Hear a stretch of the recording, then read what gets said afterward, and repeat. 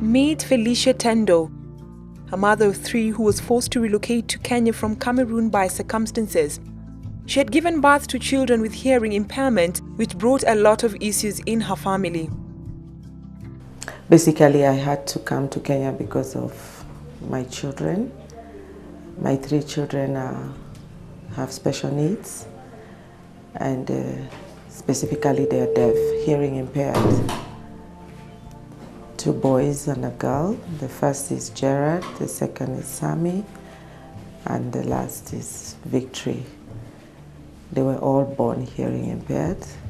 Felicia's life as a parent was initially hard because she had to come to terms with the fact that she could not communicate with her children.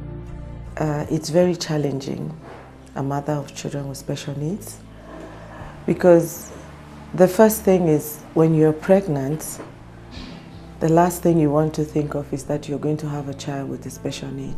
Jared, her firstborn son, never uttered a word up to the age of 4 years when medical reports confirmed her worst fears that he was profoundly deaf. Sammy, her second-born son, and Victory, her last-born daughter, just like Jared, were also deaf. Sammy's case was confirmed in December 1999. It was a devastating moment, and the thought that she had an unborn child was more worrying.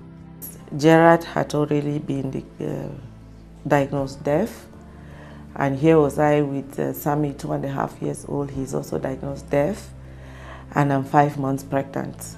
I actually wish that I would miscarry, because I was like, my first 2 children are deaf. What if I have the 3rd one and he's also deaf, or she? What would my life be?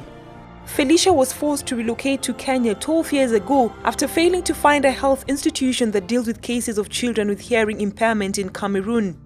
I went to the British Council in Douala, and I asked them just for information. They gave me a catalogue of schools for the deaf in the UK, but we could not afford going to the UK.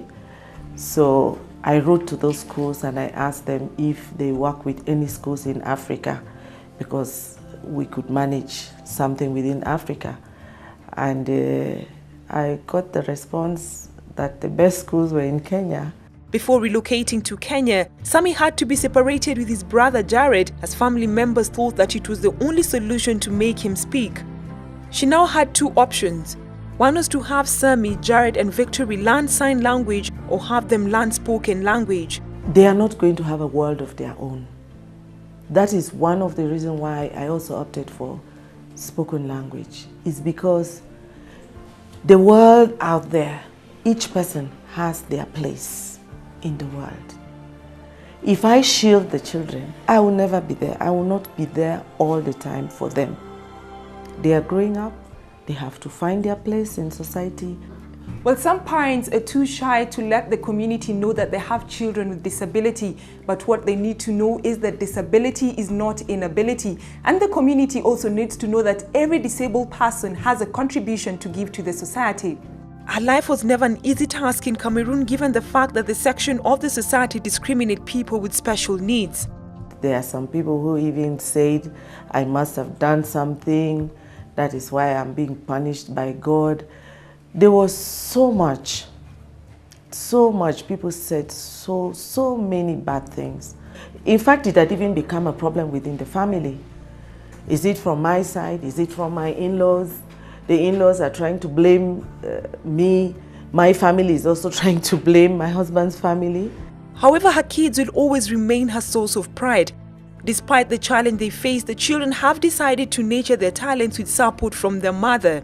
But if you accept your child, you love them, no matter how they are, that child will also grow up to be a very strong person.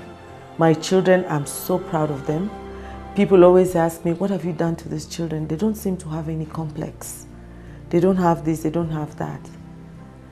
I tell them that first you accept the child. When you accept the child, you love the child will be able to accept themselves.